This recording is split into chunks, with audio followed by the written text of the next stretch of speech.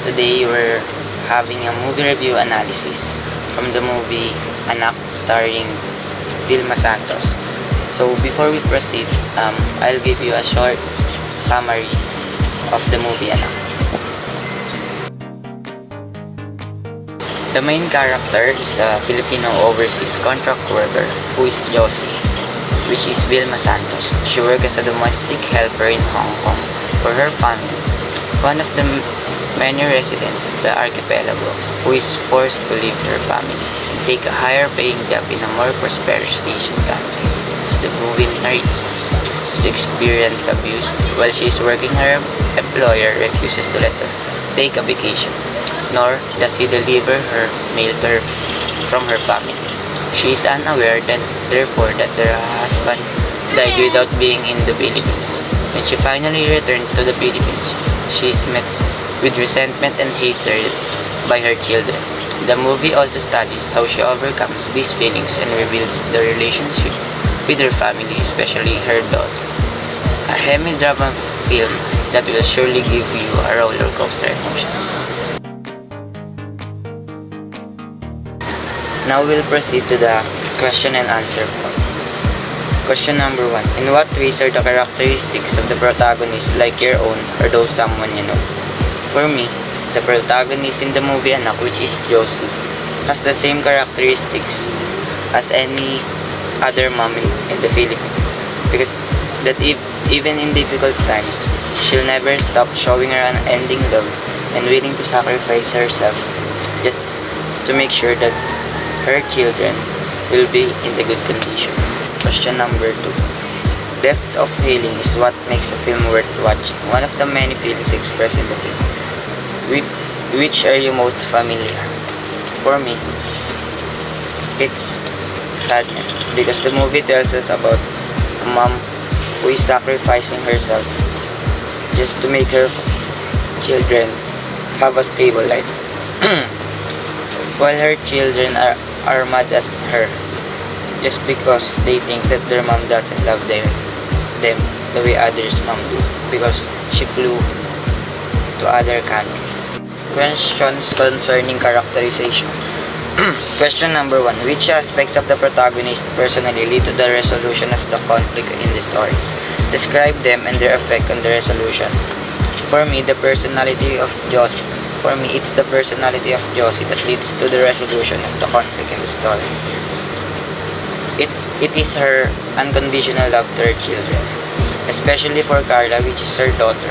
That's why in the end, her children realize that no matter what happened, no matter what their mother do, they should love their mother the way their mother loved them. Question number 2. Some of the names used in the story tell us something about the characters.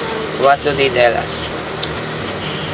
First, Josie. This name symbolizes a strong mother, that even if her children renounce her, she will never stop loving them. Questions focusing on plot. Question number 1.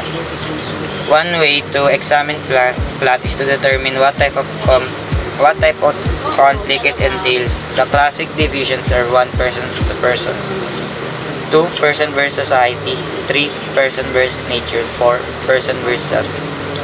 Often more than one of these types occurs in the story. Using this analysis, briefly describe the conflicts in the story and classify it according to the categories set above. The conflict in the story starts between the mother and her children. That's why it is under the type of conflict number 1, which is person to person. Person versus person. Question about themes, messages, and ideas. Question number 1. The theme of the story is the general idea or insight about life expressed by the author. Theme is a universal and meaningful concept that emerges from the characters' actions and from the outcomes of conflicts described in the story. Theme is often thought of as the lesson that the author is trying to teach the reader or audience. More than one theme can be included in a work or fiction. However, there is usually one primary theme that ties together all of the elements of the story. Usually, a theme can be expressed in one sentence. What is the primary central theme of the story. Use one sentence to describe it. For me, it's the mother's unending love or unconditional love. A mother's love is when a mother has sleepless, just like Josie did. A mother's love is when a mother has sleepless nights and just to make sure her kids are safe and protected. Or when a mother gives her last to make sure that her kids have the necessary things in life that they need. The conclusion of the story suggests a solution to the conflict that can be applied to the human condition in general. What values or principles that inform the actions of the characters can help people resolve their own life's conflicts? My answer is the value or principle that the story wants people to apply to their own life's conflict is that they should love each member of their family. Even if they're not with you all the time,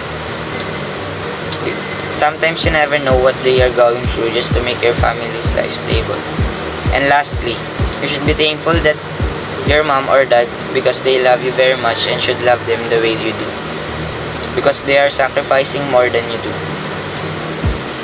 Question about other literary elements. What is the tone or the mood of the story?